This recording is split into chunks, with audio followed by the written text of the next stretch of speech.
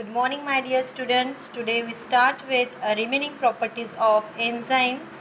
So we start with fifth number properties, that is enzyme substrate interaction.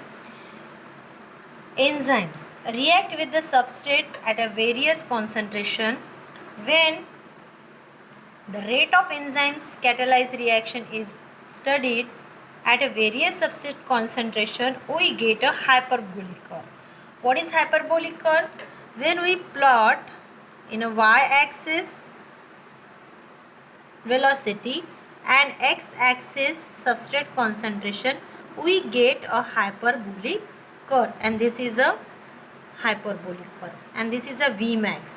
So in many competitive exams that question asks which curve obtained in a velocity and substrate concentration, that time you have to know that things, that is a hyperbolic curve. ठीक है, इतना आपको पता रहना चाहिए कि कौन C curve मिलती है. Then the enzyme catalyze reaction in a two-step reaction. I have already discussed that enzyme and substrate, ये जो reaction है, it is a two-step reaction. In a first reaction, what happened? Enzymes react with the substrate and get enzyme substrate complex. This is the first reactions.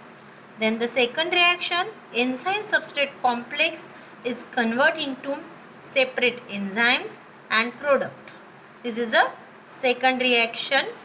According to Michaelis and Menten, who applied the law of mass actions to formation of enzyme substrate complex, and following equation was obtained, that is a velocity.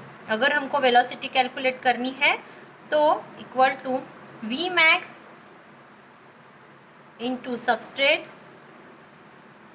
Km, that is a ये this is a constant है plus substrate. तो V क्या है? What is V?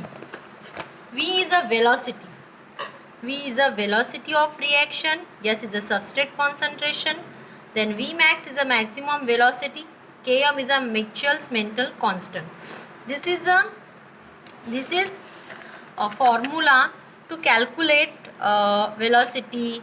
या इसमें अभी आप BSc में हो तो आपको इस पर प्रॉब्लम नहीं रहते, बट जैसे आप हायर एजुकेशन के लिए जाओगे, पीजी में वगैरह अगर ये चैप्टर रहता है तो इसके ऊपर क्वेश्चन रहते हैं. अगर इतना सबस्ट्रेट कॉन्सेंट्रेशन है तो उसकी वेलोसिटी कितनी रहेंगी, या वी मैक्स इतना है तो उसका के एम क्या रहेगा, ये सभी चीज़ें आपको पूछी जाती है. तो वो कैलकुलेट करते हैं इस फॉर्मूले से. सो यहाँ पे आपको सिर्फ ये फॉर्मूला ध्यान में रखना है, और इसको क्या कहते हैं, मिचेल मेंटन ने अप्लाइड किया है. यहाँ पे आपको इतना याद रखना है, ये हाइपरबोलिक कर्व मिलती है और दिस इज़ अ फॉर्मूला. और ये टू स्टेप्स तो I have already discuss in my last lecture. Okay, then catalysis in enzyme active sites. देखो, in a most enzymatic reaction substrate held in active site by so called weak interaction such as a hydrogen bond and ionic bond. जैसे कि मैंने बताया था आपको कि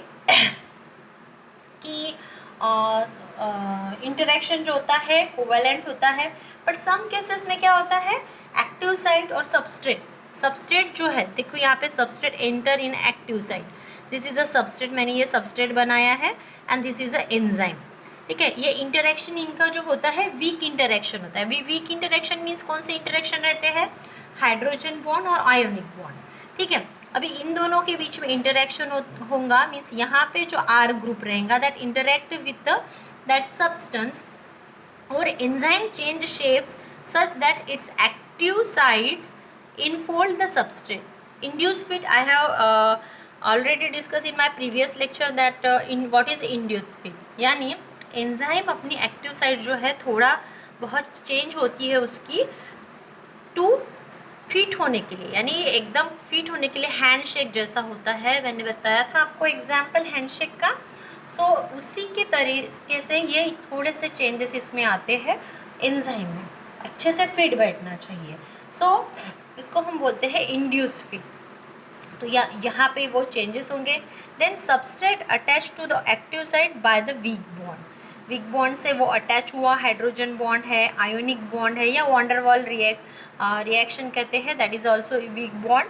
substrate convert into product. उसके बाद दोनों पे इंटरेक्शन होगा एंजाइम एंड सब्सट्रेट में, यहाँ पे दिखाई दे रहा है. और उसका जो लास्ट में बनता है प्रोडक्ट यहाँ से रिलीज होगा. आफ्टर प्रोडक्ट जैसे ही बनता है प्रोडक्ट और एंजाइम दोनों सेपरेट हो जाते हैं, और जो एंजाइम है वो अपना पहले का शेप ले लेता है. And now enzyme free, active site ये फ्री हो जाती है फॉर न्यू सब्सट्रेट अटैचमेंट के लिए ये एक्टिव साइट यहाँ पे फ्री हो गई है. Then reversibility of reaction. अभी रिवर्सिबिलिटी ऑफ रिएक्शन यानी क्या? Enzyme are capable of bringing about reversion of in a chemical reaction. देखो एंजाइम, ऐसे एंजाइम्स है कुछ, यानी एग्जाम्पल दिया है digestive reactions. Most of the digestive reaction is a reversible. So enzymes reverse करते हैं, वही एंजाइम जो प्रोसीड करेंगे वही एंजाइम रिवर्स करते हैं रिएक्शन. जैसे समझने के लिए एक एग्जाम्पल यहाँ पे दिया है. सभी को पता है ग्लिसरॉल एंड फैटी एसिड. ठीक है, ग्लिसरॉल और फैटी एसिड से बनता है फैट. ठीक है, इन the presence of enzyme lipase के प्रेजेंस में ग्लिसरॉल एंड फैटी एसिड बनता है फैट. वही fat convert into fatty acid and glycerol in the presence of lipase. यानी जो बिल्डअप कर रहा है वही जो एंजाइम सामने लेके जा रहा है, मीन्स प्रोसेस कर रहा है, जो रिएक्शन है वही रिवर्स भी ले रहा है. मीन्स फैट का कन्वर्शन अगर ग्लिसरॉल और फैटी एसिड में करना है तो हमको लाइपेज ही एंजाइम वहाँ पे यूज होता है. बट सभी एंजाइम ऐसे होते हैं क्या? नहीं, सभी एंजाइम ऐसे नहीं होते. और ये जो प्रोसेस है, direction in which reaction process depend upon many factor. तो ये जो एंजाइम्स है कहाँ पे, अभी लाइपेज है, ग्लिसरॉल है, फैटी एसिड है, तो उसका कन्वर्शन फैट में करेंगे. बट अभी फैट में कन्वर्शन होते ही वो लाइपेज तो वहीं पे है, तो कन्वर्शन यानी फैट एज अ क्या है, प्रोडक्ट है, और एंजाइम कौन सा है, लाइपेज है, तो वैसे ही कन्वर्ट होगा क्या? नहीं. तो ये कब होगा? PH of cell, presence of reactant substance, accumulation of end product. यानी पूरी सिचुएशन देख के, वहाँ का एनवायरनमेंट कैसा है, टेम्परेचर कैसा है, वहाँ पे कन्वर्शन होना है या नहीं होना है, ये सब चीज़ें देख के वो रिवर्स लेता है. बट आपको ये पता रहना चाहिए कि कुछ एंजाइम्स रिवर्सिबल भी होते हैं. बट सभी के सभी एंजाइम्स रिवर्सिबल होते हैं क्या? नहीं. Same enzymes irreversible catalyze both synthesizing and degradation of given kind of molecule. जैसे दूसरा एंजाइम मैं एग्जांपल देती हूँ, arginine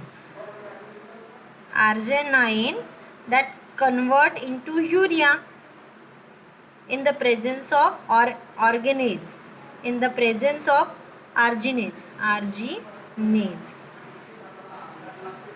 Then urea convert into NH4, that is ammonia plus CO2 in the presence of ureas. यानी यहाँ पे अलग अलग एंजाइम्स यूज हो रहे हैं. यूरिया बना है तो यूरिया का डिग्रेडेशन के लिए दूसरा एंजाइम लगेगा यहाँ पे, और बनने के लिए दूसरा. यहाँ पे वही सेम एंजाइम यहाँ पे यूज हो रहा था. पॉइंट समझ में आया? कुछ एंजाइम्स रिवर्सिबल होते हैं, जो कि एग्जाम्पल है ये ग्लिसरॉल प्लस फैटी एसिड. पर कुछ एंजाइम जो होते हैं, आर्जिनाइन का यूरिया का में कन्वर्शन होना है तो यूरिया का कन्वर्शन आर्जिनाइन में नहीं होता है, उसका in the presence of arginase उसका कन्वर्शन होता है NH4CO2 में in the presence of urease. Clear this point? Then isoenzymes का मतलब होता है some enzymes have different physical properties but catalyze the same type of reaction. यानी some enzymes have different physical properties, सब जो प्रॉपर्टीज है that different but same type के reaction वो प्रोसीड करेंगे. जैसे कि lactate dehydrogenase enzyme of isoenzyme present in a 5 different types. Means lactate dehydrogenase one enzymes that present in a 5 different type, और means एक ही जैसे मीन्स डिफरेंट फिजिकल प्रॉपर्टी है बट फंक्शन सेम रहेगा, ठीक है। देन zymogen, zymogen क्या है, inactive precursor of enzyme is called as a zymogen and cleave to form active enzyme. देखो इनएक्टिव प्रिकर्सर यानी जो एंजाइम रहता है it present in a inactive form, जैसे कि डाइजेस्टिव एंजाइम है, फॉर एग्जांपल है ट्रिप्सिनोजीन, काइमोट्रिप्सिनोजीन, देन जितने भी हैं ये zymogen फॉर्म में होते हैं। क्यों zymogen फॉर्म में होते हैं, देखो इसका इनका काम क्या है, ये क्या करते हैं, प्रोटीन को, कार्बोहाइड्रेट को या लिपिड को ये क्लीव करते हैं, ठीक है। क्लीव यानी मीन्स केमिक, ये जो complex substance convert into simple इसमें करते हैं। तो ये अगर फ्री फॉर्म में रहे यानी एक्टिव फॉर्म में ही अगर हमेशा रहते हैं तो क्या करेंगे, कंटिन्यू हमारे सेल्स जो काम के हैं उसका भी ये डिग्रेडेशन करेंगे, उसके ऊपर भी एक्ट करेंगे। पॉइंट समझ में आ रहा है। तो हमेशा इसलिए ये इनएक्टिव फॉर्म में रहते हैं और जब खाना पेट में जाएगा तब इनको सिग्नल मिलता है और तब जाके ये zymogen एंजाइम एक्टिव होते हैं, यानी ये समझो एंजाइम है तो उसमें का ये पार्ट यहाँ से क्ल्यूड हुआ, मीन्स एक्टिव साइड जो रहेंगी वो यहाँ पे ये दिखेंगी, यानी पहले वो हाइड था, यहाँ से ये कट होने के बाद active site now open to react with the substrate, ठीक है। यानी अब तक पर्दा था, पर्दा उठा दिया तो एक्टिव साइड अभी दिख रही है, तो सबस्ट्रेट जाके तब बाउंड होगा। तो देखो डिओडिनम में पैनक्रियाटिक जो एंजाइम होते हैं trypsinogen, chymotrypsinogen, proteolytase and carboxypeptidase that convert into active enzymes by enteropeptidase and trypsin। ये एंटेरोपेप्टिडेज क्या करता है, ये जो ट्रिप्सिनोजीन है इनएक्टिव फॉर्म में उसको कट करता है यहाँ से and then it convert into active form, यानी फिर ये ऐसा हो गया एक्टिव फॉर्म में that trypsinogen convert into trypsin. Now it is a active form and ये फिर सभी को एक्टिव करता है, ट्रिप्सिन फिर एक्टिव करता है बाकी के एंजाइम्स को जो इनएक्टिव फॉर्म में है। तो ये इसको बोलते हैं zymogen, यानी इनएक्टिव फॉर्म में, जब तक कोई उसको स्टिमुलस ना दे तब तक वो इनएक्टिव फॉर्म में रहता है। देन एलोस्टेरिक एंजाइम्स, देखो एलो का मतलब क्या होता है, allo means other, steric means place, other place, यानी इसका मतलब क्या हुआ, other place. Allosteric enzymes which increase or decrease catalytic activity in a response to certain signal, यानी ये एक तो एंजाइम एक्टिविटी को इंक्रीज भी कर सकते हैं या तो उसको सप्रेस भी कर सकते हैं in function through non covalent binding of regulatory compound called modulator. देखो मैंने यहाँ पे डायग्राम बनाई है। अदर प्लेस का मतलब क्या होता है, यानी ऐसे एंजाइम जिसमें दो साइड्स है, एक मॉड्यूलेटर को फिट होने के लिए साइड है और एक्टिव साइड जैसे कि नॉर्मली रहता है, सबस्ट्रेट एक्टिव साइड पे बाइंड होता है, मॉड्यूलेटर ये अलग साइड्स यहाँ पे रहेंगी। ऐसे ही एंजाइम्स को हम बोलेंगे एलोस्टेरिक एंजाइम कहेंगे, जिसमें ये दो साइड्स रहेंगी, एक मॉड्यूलेटर के लिए और एक एक्टिव साइड के लिए। तो मॉड्यूलेटर यहाँ पे फिट होगा, वो भी नॉन कोवेलेंटली फिट होगा। यहाँ पे मॉड्यूलेटर का फंक्शन क्या है, non covalent binding, then it stimulate or inhibit the reaction। modulator molecule are two type, positive modulator also activators and enhance the enzyme activity, negative modulator inhibit।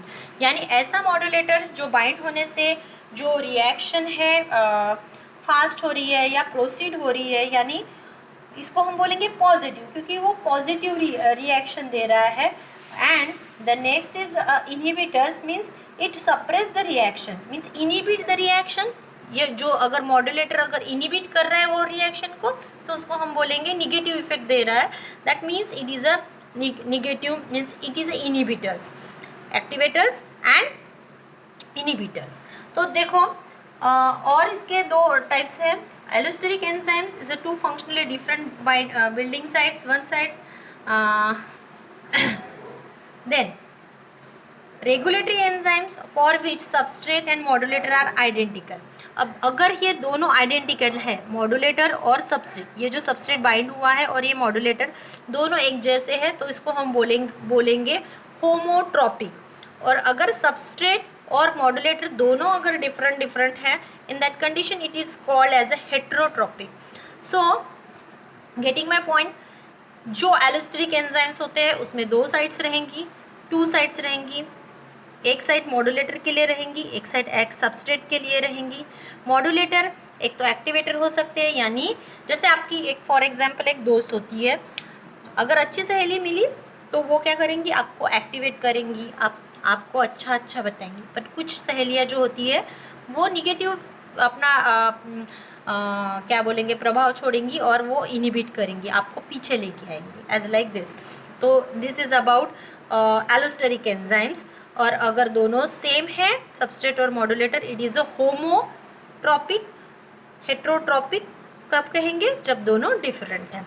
तो this is about the properties of enzymes. I hope you understood last lecture and this lecture also. So thank you.